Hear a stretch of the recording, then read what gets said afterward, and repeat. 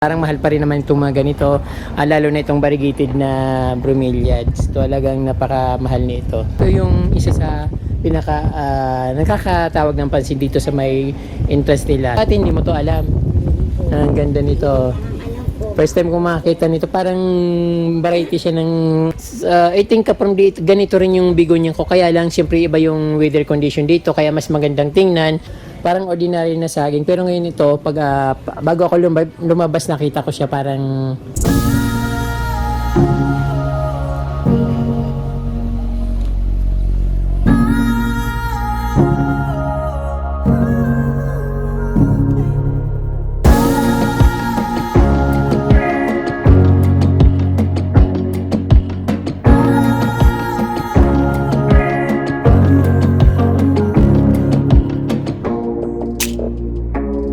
magandang hapon po ulit sa inyo mga kapromdi. Nandito pa rin po tayo sa Silang Cavite, sa Perlas ng Silang dito sa Purok 5, Silang Cavite. Bali, papakita ko ulit sa inyo yung napakagandang mga halaman dito. Talagang very admirable at napaka-idealistic yung paggagawa ng landscape niya. Basta marami lang kayong halaman, magagawa nyo yung ipapakita ko sa inyo. Napakaganda kapromdi at very idealistic. So, karamihan sa mga halaman dito, kapromdi mga halaman sa gubat na hindi natin nakikita. Although talagang hirap na hirap akong i-trace kung ano yung mga pangalan ng mga halaman na yon. Kaya sometimes nagsisearch ako kung anong klase mga halaman yung nakikita ko doon. But mostly mga philodendron, tapos mayroon din mga rare na, mayroon din akong nakita yung napaka-rare na anthurium. So hindi ko masyadong kabisado or talagang ang hirap hulaan kapromdi kaya sinesearch ko yung mga pangalan niya. Siyempre yung napakagandang mga bromeliads na mga giant imperialis na brow. Lahat na yatang halaman na gusto ko nandito. Mayroon din sila mga aglonema, begonia. Tara mga kapromdi, tingnan natin yung napakagandang landscape dito para makakuha tayo ng idea at kung paano natin pagandahin yung ating bakuran. Sa pamamagitan ng garden nito, siguro may makukuha kayong idea na maging look refreshing at kakaiba sa garden ng iba. So tara kapromdi, let's go!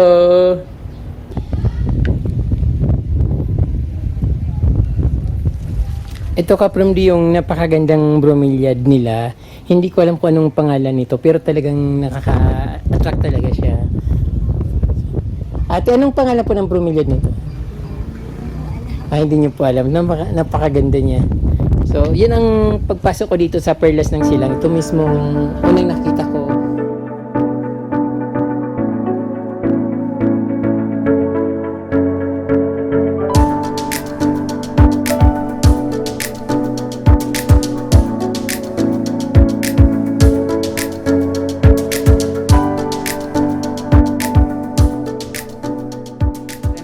Parang mahal pa rin naman itong mga ganito, lalo na itong variegated na bromeliads. Talagang napakamahal nito. Then sa kabila, ayan, lahat halos maganda dito. Pwede lang doon sa may pinuntahan ko na very common sa atin, but mostly mga imported plants yung nakikita doon. So ito yung isa sa pinaka nakakatawag ng pansin dito sa may interest nila.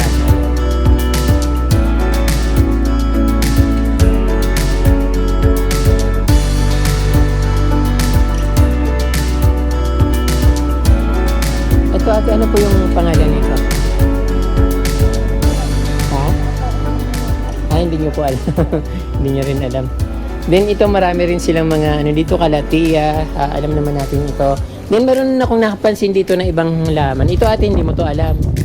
Ang ganda nito. First time ko makakita nito. Parang variety siya ng, bird of paradise or ginger. Parang ganon. Then, kalatia, mga anthuriums, mga iba't ibang klaseng variety ng plant.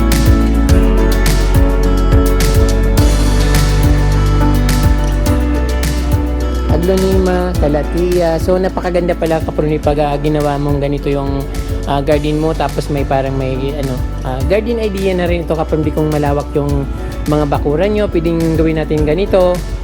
So, lalo kapag nasa malamig na lugar, napakadaling mag-sitting ng mga halaman at kahit anong itanim mong halaman ay gaganda. Basta malamig yung lugar at siyempre hindi masyadong nainitan. Meron din mga halaman na gusto nila nainitan. But taas. So napakalaki ng philodendron. Yung calathea is flowering. Ayan.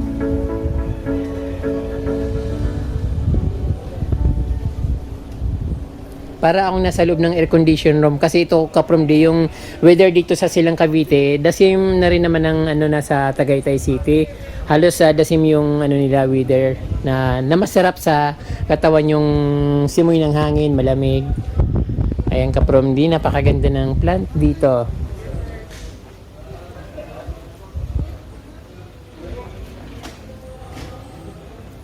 Mga begonia, I think from dito, ganito rin yung begonia ko. Kaya lang, siyempre iba yung weather condition dito. Kaya mas magandang tingnan. Yung niya, yung kulay sa ilalim, parang tumatagos siya sa ibabaw. Medyo nagkukulay red na kulay brown. So,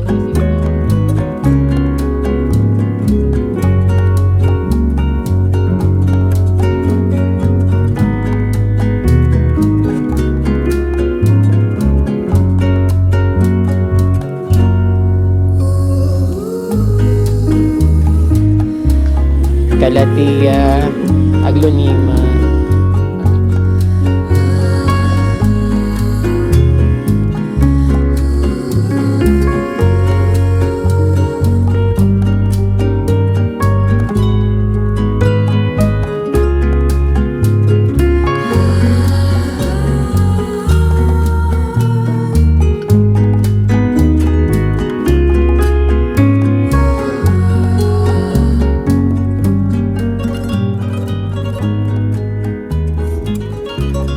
Ito naman from the tinatanong ko dun sa babae na naglilinis ng halaman doon, nag-gardening, so hindi niya alam yung plants na ito, so hindi ko rin alam.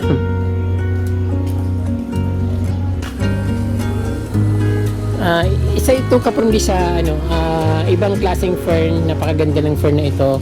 Mayroon din sa aming mga ganito pero ibang fern na ito, napakaganda niyang tingnan at ang lago niya, ang lalaki ng mga dahon. So yung texture niya parang the same din ng mga fern sa atin. Pero I think imported itong fern na ito.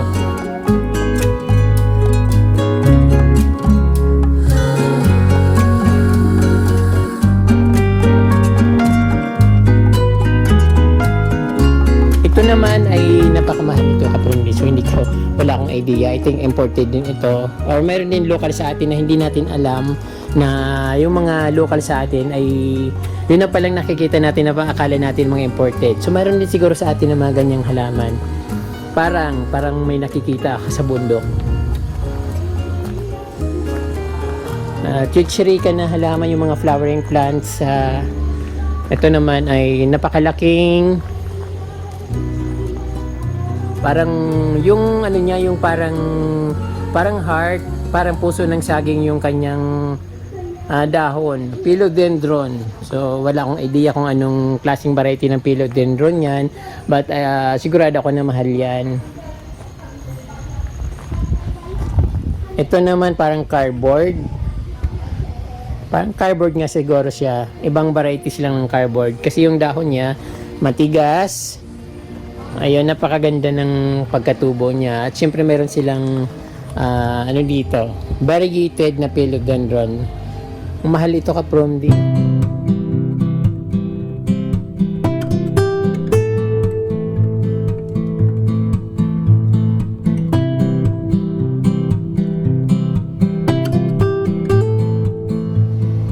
Ayun, yung CR nila napakaganda ng pagka-design ng kanilang CR, para ka rin nasa paraiso.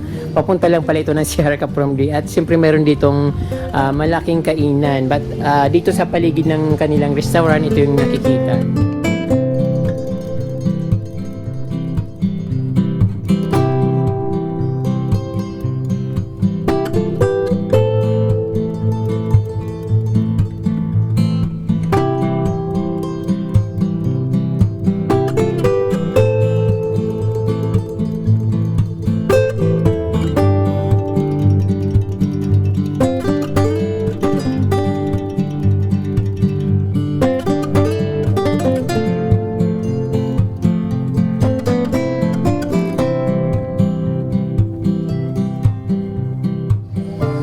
Ayan, garden ideas ka from di, pwede natin itong gawin sa atin.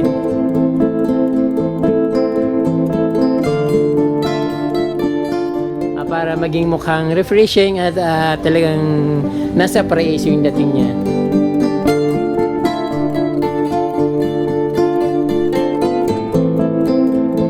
Ito naman yung mga ano na to, yung mga parang may mga tinik na halaman. Marami nito sa amin.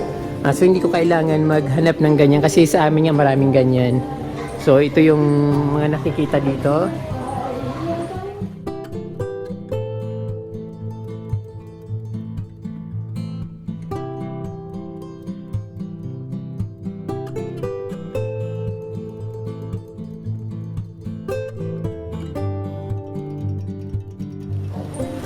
Para din ako nasa forest nito.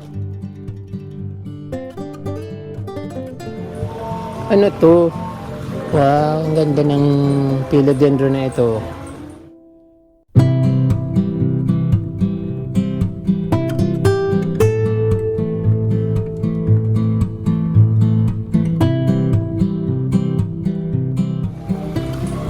Parang rainforest yung ano dito pagka-design. Silver Splash, tapos local yata ito or Thai na philodendron, parang Thai. Mayroon din silang maliit na pitcher plant.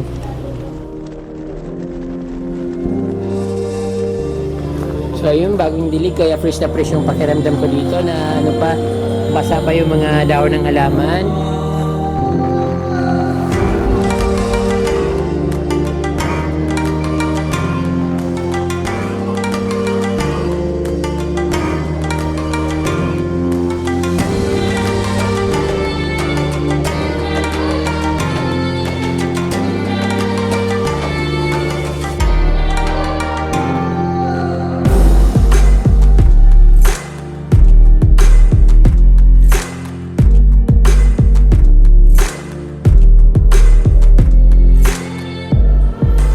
Napakarami talagang halaman na dito na hindi ko kilala.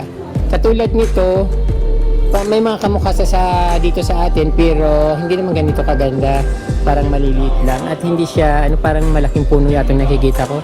Nito napakaganda ng philodendron na to. Wow. Staghorn.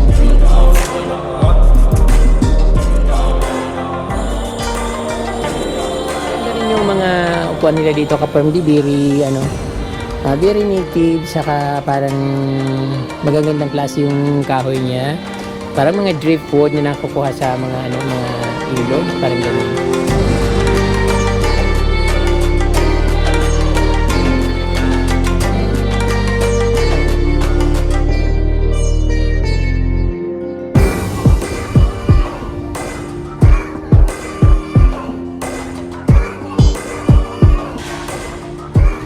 Maganda rin itong kanilang bromeliad, parang tiger bromeliad. Napakaganda ng kanyang pagkatubo at very lush. But yung tumawag ng pansin sa akin yung bromeliads na nakita ko sa entrance, talaga naman na napakaganda. At alam kong alam kong very pricey yung nun, presyo. So ayun.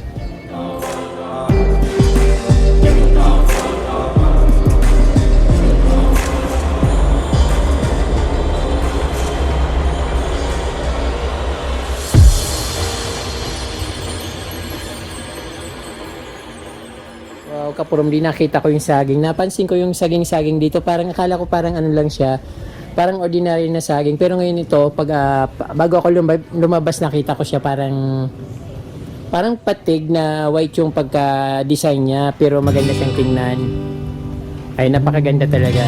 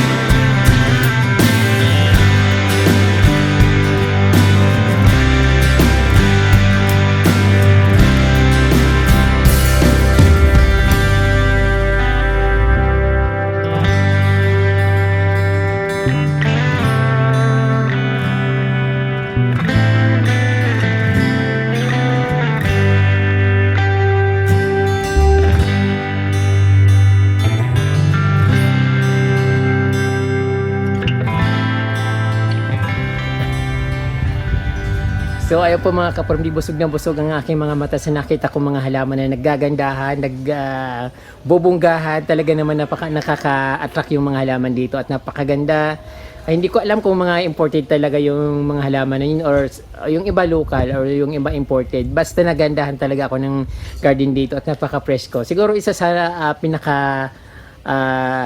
nagandahan ako kasi presko. Huwag niyo pong kalimutan mag-subscribe at i-touch po yung notification bell para updated po kayo sa aking mga bagong post na videos. Ako po si Ariel Abilia, your certified from the Diyos Mabalos.